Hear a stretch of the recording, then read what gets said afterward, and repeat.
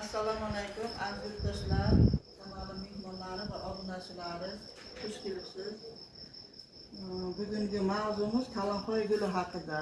Men kecha bir kalanxoylarga bir qarayin deb o'sha nimani olib, shu ortiqcha nima barglarini hammasini olib tashladim. Nima barglari bir-biriga tegib, xalaqit berib turgan joyidan o'sha ortiqcha ozuqa moddasi ketmasin deb ortiqcha barglarini olish tavsiya etiladi-da.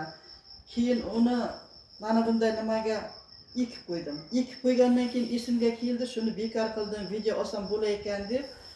Endi bir boshidan aytib beraman, o'sha mana shu aprel oyida qilgan videomiz bor, kalanxoyni gulini ko'paytiramiz degan. O'shanda bu bir tup nima bo'lgan, bir tup. O'sha bir tup gullamagandan keyin bu gullamadi. Men uni undan ko'ra chirinkka qilib tashlayin deb hammasini qalamcha qilib, o'sha mana bir tupdan mana bulardan tashqari bular ham bulardan tashqari hammasi bir tup kalanxoydan. Mana bu o'sha ona tup mana.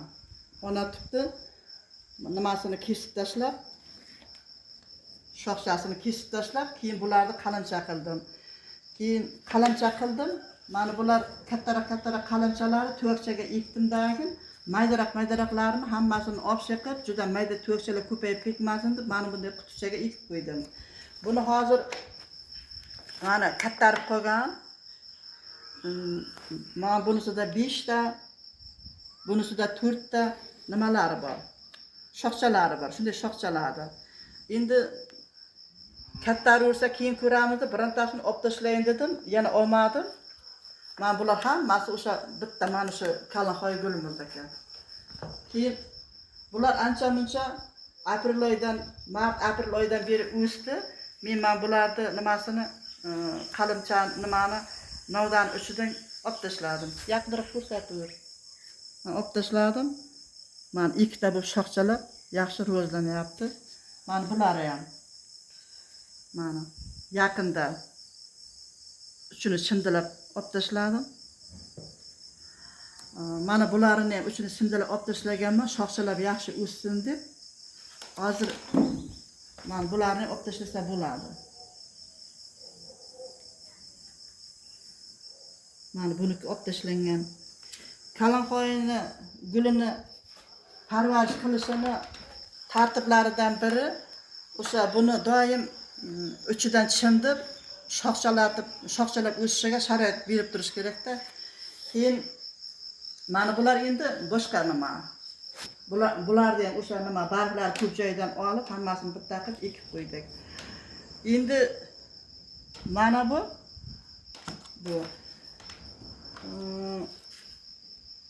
o'sha nima bir tup kalanxoyini qalamchaga bo'lib nima qilgan payti chiqqan barglarni ekkanman. Mana barglari. O'shandan faqat ikkita donasi rivojlanib, mana bunday shoxcha berdi. Qolgani hali jil turibdi. Mana bunisi esa bultur bahorda ekilgan. Bultur bahorda ekilgan, o'sha mana bahor payti kimdandir olib, mana bu nimani aloyda qalamcha qilib ekkanmizda, qolgan joylariga kalanxoyda ekkanmiz. Qarang, mana barglar bitta nimada turib har xil rivojlandi. Yaqinroqdan ko'rmani qarang, mana bunda bittasi ham yo'q, bunda bitta ham yo'q. Mana bunda mana g'ujum bo'lib chiqqan. Mana bunisida ham orqa tomondan chiqqan bargdi, ham oldi tomondan chiqqan. Mana bunda esa mana bir joydan 5 ta dona chiqqan. Mana shunday qilib chiqqan. Nima bir xillar ekadi, keyin so'raydi. Men kalanxoyni bargidan ekuvdim, 1 oy bo'ldi, 2 oy bo'ldi, 3 oy bo'ldi deb.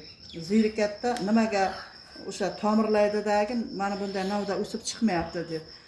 Bu uzoq jarayon qandaydir. Mana bu endi shu yil agar mart oyida ekilgan bo'lsa, mart, aprel, may, iyun, mana 4 oyda chiqqan. Mana bu endi 1 yilda mana shunday chiqqan. Mana bular esa bultur ekilgan.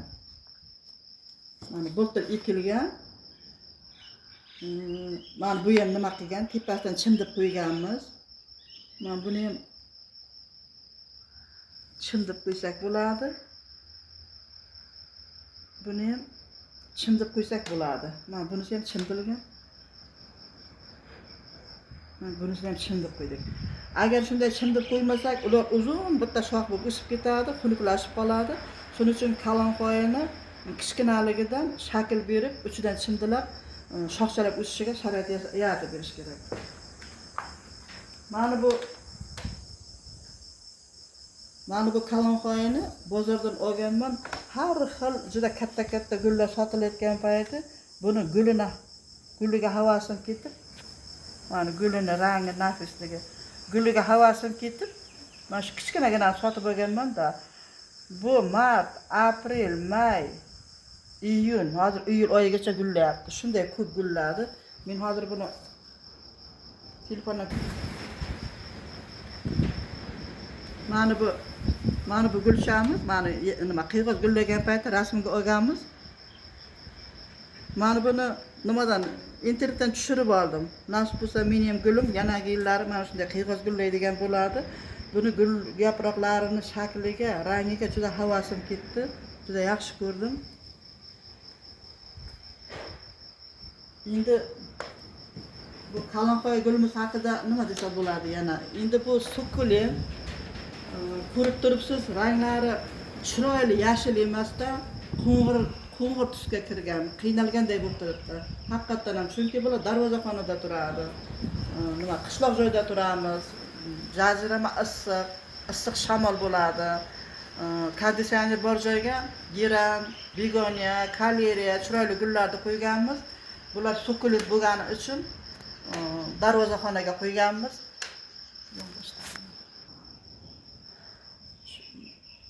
Kalanqoy haqida ko'p narsalarni aytib bermoqchi edim, bilmadim qanchalik bo'ldi. Shuning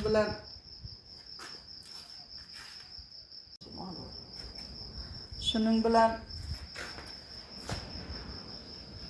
kalanqoy haqida suhbatimizni tugatamiz. Yana ham yangi fikrlar kelsa, yana ham boshqa videolar ishlaymiz. E'tiboringiz uchun rahmat. 1000 prosmotr, 100 ming prosmotr bo'libdi. 115 ming prosmotr bo'lgan. 285 ta podpischik bor ekan. Videom yoqqan bo'lsa, obuna bo'lingizlar. Rahmat e'tiboringiz uchun.